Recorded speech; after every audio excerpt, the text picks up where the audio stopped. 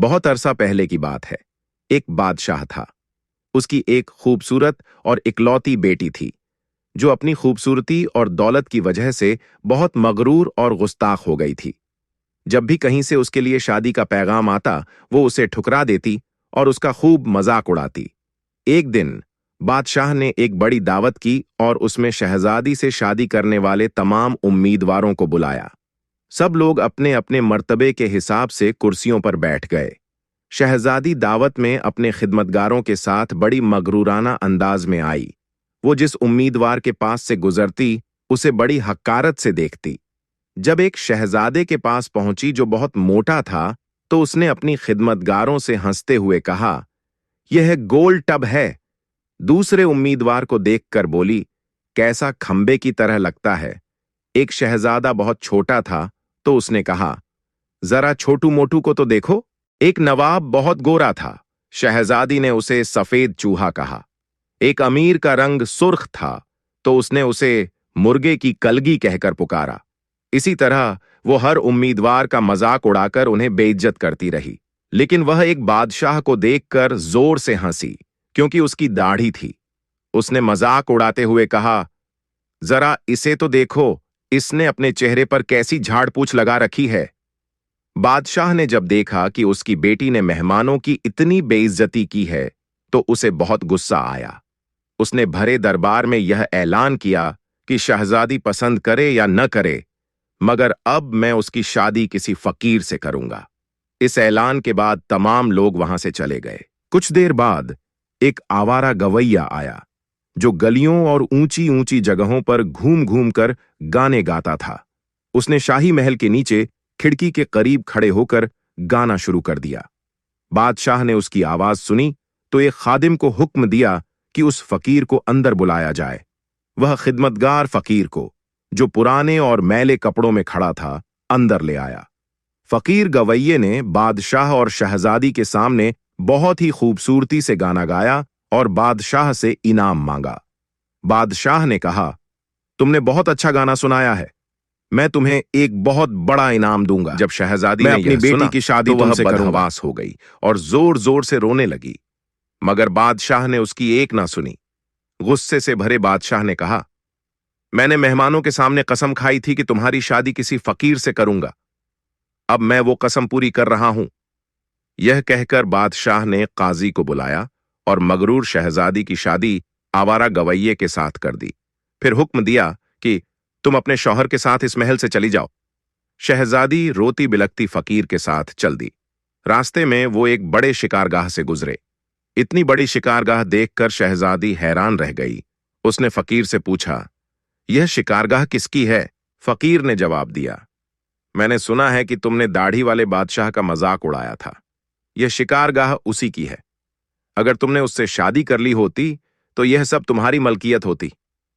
शहजादी ने ठंडी आह भरकर कहा, मैंने ये क्या किया? उसके बाद वे खूबसूरत बागों में पहुंचे। उन्हें देखकर शहजादी ने फिर पूछा, यह किसके हैं? फकीर ने आहिस्ता से कहा, यह बाग भी उसी दाढ़ी वाले बादशाह के हैं। शहजादी ने अफसोस भरे लहजे में कहा, मैं भी कितनी बदनसीब हूं। फिर वे एक अजीम ओ शान शहर में दाखिल हुए। इतना बड़ा और खूबसूरत शहर देखकर शहजादी हैरान रह गई। उसने पूछा, इस शहर का मालिक कौन है? फकीर ने बताया, यह शहर भी उसी दाढ़ी वाले बादशाह का है। अगर तुमने उससे शादी कर ली होती तो यह सब कुछ तुम्हारा होता। शहजादी ने पछताते हुए कहा, मैंने बहुत बड़ी गलती कर दी। काश मैं उससे शादी कर लेती। फकीर ने नाराज होते हुए कहा, मुझे इससे कोई मतलब नहीं, मगर तुम मेरे होते हुए दूसरे मर्द की बातें क्यों कर रही हो? क्या मुझ में कोई कमी है? इस तरह की बातें करते हुए वे एक छोटी सी झोपड़ी के करीब पहुंचे। झोपड़ी को देखते ही शहजादी ने पूछा, कैसी बदनुमा और छोटी सी झोपड़ी है? यह किसकी है?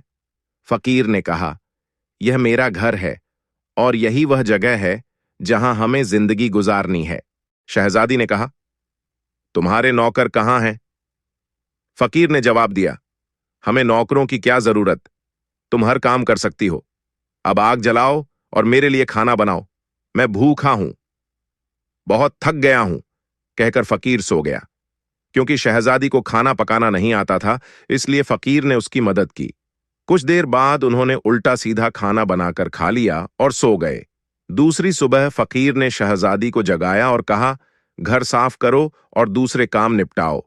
शहजादी तमाम दिन काम करती रही और फकीर की जली कटी बातें भी सुनती रही, मगर सब्र के सिवा कोई चारा न था। इसी तरह उन्होंने कई दिन गुजार दिए। फिर एक वक्त ऐसा आया कि उनके पास खाने के लिए कुछ भी न बचा। एक दिन फकीर ने कहा, मैंने जो कुछ कमाया था वह खत्म हो गया है। अब तुम्हारे कमाने की बारी आ गई है। मैं तुम्हें लकड़ियां लाकर देता हूं, तुम उनसे टोकरियां बुनना। यह कहकर वह जंगल चला गया और लकड़ियां काटकर ले आया। शहजादी ने टोकरियां बुनना शुरू किया। उसने पहले कभी ऐसा मेहनत का काम नहीं किया था, इसलिए उसकी उंगलियां जख्मी हो गईं और उनसे खून बहने लगा। यह देखकर उसके शौहर ने कहा, मेरा ख्याल है तुम ये काम नहीं कर सकती। मैं तुम्हें कुछ सूत लाकर देता हूं, तुम उससे कपड़ा बुन लेना। मगर वह ये भी न कर सकी। फकीर ने नाराज होकर कहा, तुम मेरे लिए बिल्कुल बेकार हो, कोई काम नहीं कर सकती। तुमसे शादी करके मुझे बड़ा नुकसान हुआ है। फिर उसने कहा, खैर, मैं कोशिश करता हूं कि तुम्हारे लिए मिट्टी के बर्तन ला दूं। तुम बाजार जाकर उन्हें बेच दिया करो। मगरूर शहजादी ने कहा, जब मैं बाजार में खड़ी होऊंगी तो मेरे मुल्क के लोग मुझे इस हाल में देखकर खूब हंसेंगे। फकीर ने जवाब दिया, ये मेरा मसला नहीं है। अगर तुम भूख से मरना नहीं चाहती तो तुम्हें यह काम करना ही पड़ेगा। जब शहजादी बाजार में बर्तन बेचने गई तो लोग एक खूबसूरत लड़की को इस हाल में देखकर तरस खाते और कुछ न कुछ खरीद लेते। बर्तन बिकने के बाद फकीर ने उसे और बर्तन लाकर दी। इसी दौरान एक बदमिजाज सिपाही वहां से गुजरा। उसने बाजार के बीच में रखे बर्तनों को देखकर गुस्से में लात मार कर तोड़ दिया और कहा, आइंदा इस तरह रास्ते में मत रखना। शहजादी बहुत परेशान हुई। उसने सारा वाकया घर आकर अपने शौहर को बताया। फकीर ने गुस्से में कहा, तुम इंतहाई बेवकूफ हो। तुमसे किसने कहा था कि बीच बाजार में बर्तन लेकर बैठ जाओ? आखिर वहां से लोगों को गुजरने में दिक्कत होती है। मेरा ख्याल है कि यह काम भी तुम्हारे बस का नहीं है। फकीर ने आगे कहा, मैं शाही महल जाऊंगा, हो सकता है तुम्हारे लिए वहां कोई काम निकल आए। यह कहकर वह महल रवाना हो गया। शाम को फकीर घर वापस आया और कहा, शाही महल में तुम्हारे लिए मददगार बनने की जगह निकल आई है। अब कम से कम हमें खाने को खूब मिल जाएगा। इस तरह एक मगरूर शहजादी महल की एक मददगार बावर्चन बनकर रह गई।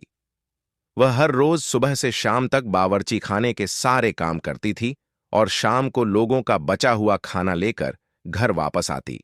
इस तरह दोनों मियां बीवी का गुजारा हो जाता। महल में आए हुए उसे कुछ ही दिन हुए थे कि उसने सुना कि महल में किसी शादी की तकरीब होने वाली है। दिन रात जब मेहमान आने शुरू हुए तो शहजादी बावर्ची खाने की खिड़की से देख रही थी। हर तरफ बड़ी शान और शौकत और धूमधाम नजर आ रही थी, लेकिन शहजादी अपनी किस्मत पर आंसू बहा रही थी और अपनी जरूरत परस्ती और बेवकूफी पर पछता रही थी। इसी दौरान कुछ खिदमतगार आए और उन्होंने उसे बहुत से मजेदार खाने दिए जो उसने टोकरी में रख लिए। वह घर की तरफ चल पड़ी। अभी वह महल के दरवाजे से गुजर ही रही थी कि अचानक एक शानदार और खूबसूरत लिबास में एक शख्स ने उसका रास्ता रोक लिया। शहजादी ने निगाह उठाकर देखा तो वह वही दाढ़ी वाला बादशाह निकला जिसका उसने कभी खूब मजाक उड़ाया था। यह देखकर वह खौफ और शर्म से कांपने लगी। इतने सारे लोगों के सामने उसका अपने ऊपर काबू नहीं रहा और घबराहट में टोकरी उसके हाथ से गिर गई। सारा खाना जमीन पर बिखर गया और तमाम दरबारी हंसने लगे। शहजादी का यह हाल था कि काश जमीन फट जाती और वह उसमें समा जाती। उसने झटके से अपना हाथ छुड़ाया और भागने की कोशिश की, लेकिन बादशाह ने उसे प्यार से रोक लिया। बड़ी नरमी से बादशाह ने कहा, डरो मत, तुमने मुझे नहीं पहचाना। मैं वही आवारा गवैया हूं जो तुम्हारे साथ झोपड़ी में रहता था। मैं वही सिपाही हूं जिसने तुम्हारे बर्तन तोड़े थे। यह सब मैंने इसलिए किया क्योंकि मैं तुम्हें पसंद करता था और तुमसे शादी करना चाहता था। अब तुम्हारे गुरूर का इलाज हो चुका है और तुम्हें अच्छा सबक भी मिल गया है। पिछली बातों को भूल जाओ। देखो, आज हमारी शादी की तैयारी हो रही है। उसी वक्त खिदमतगार आए और उसे अपने साथ ले गए। उन्होंने शहजादी को दुल्हन का लिबास पहनाया। जब वह दोबारा महल के हॉल में आई तो देखा कि उसके वालिद और तमाम दरबारी वहां मौजूद हैं। सबने उसे मुबारकबाद दी। अब शहजादी बिल्कुल बदल चुकी थी। उसके दिल से गुरूर और दूसरों से नफरत खत्म हो चुकी थी। उसने जिंदगी जीने का सही ढंग सीख लिया था।